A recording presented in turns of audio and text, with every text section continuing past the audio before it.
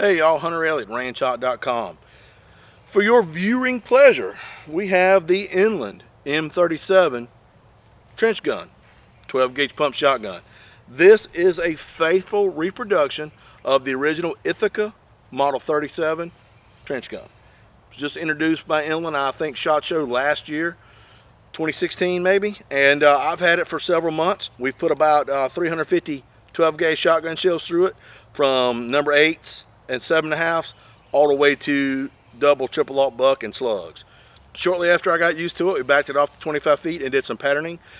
We used the Winchester number 8s, some Federal 7.5s, Winchester double aught buck, some Federal number 4 heavy field load, and then at 25 yards we shot a couple groups with some Winchester slugs.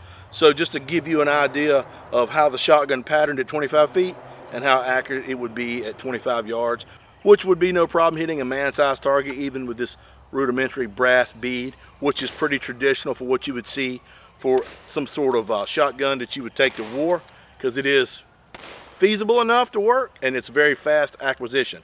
Now, not to get all into the theory of running a shotgun, but I know a little bit about it. I've taught a lot of shotgun classes, and I've taken a lot of shotgun classes. And you know, a lot of people give you the theory or the myth that you don't have to really aim a shotgun. All you do is just kind of got to point it in the general direction. And as you can see from the close-ups of the patterns of this thing, even at 25 feet, yeah, you really do need to understand how the sighting system works on a shotgun, and you really do need to aim it. So kind of bear that in mind. Anyway, as we get to it, I want to show you that the chamber is clear, as is the magazine tube, so the gun is empty and safe to talk about.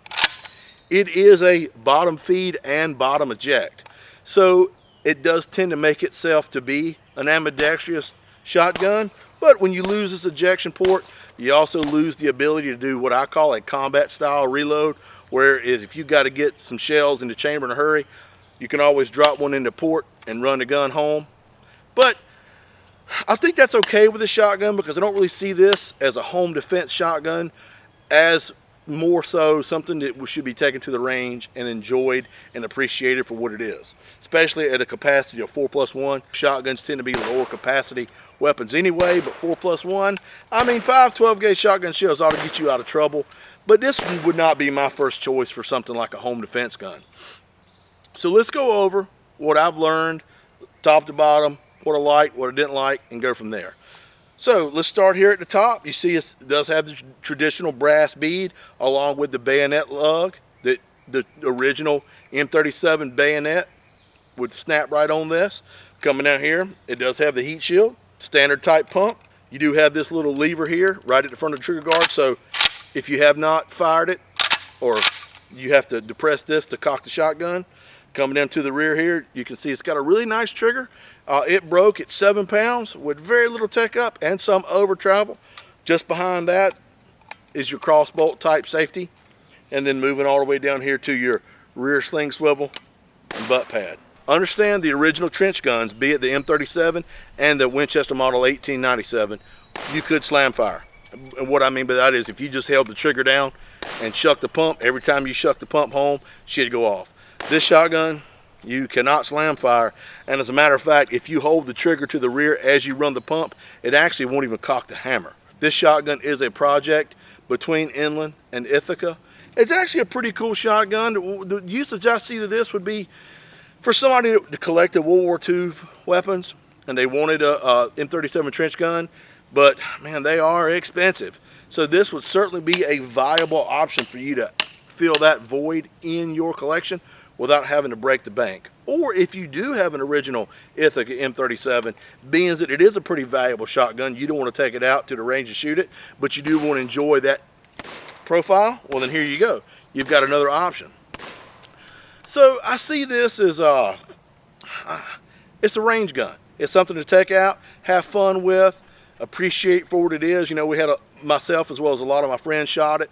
It always garnered a lot of attention when we took it to the range. So, I mean, it's a pump shotgun. Accuracy-wise, smooth bore, it's what you expect. Reliability-wise, with a pump shotgun, you don't expect problems. We didn't have any. Simple machines tend to work. Take it out to the range, have a good time with it, show it off to your friends, maybe fill that hole in your collection, or whatever else you may seem necessary to do with this.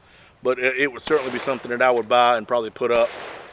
And I don't think I would use it as a beater gun, because it is a pretty nice shotgun. So anyway, that's about it. There will be an article on rangehot.com that's got a lot more of the technical specifications for this shotgun. So if you want to, jump over there, read the article. If you've got any more questions or comments, you can always find us on Facebook, YouTube, Instagram, Twitter, Pinterest, the whole social media gamut. We do it. So let me know what you think. Did you like it? Did you didn't like it? Something could have been done different.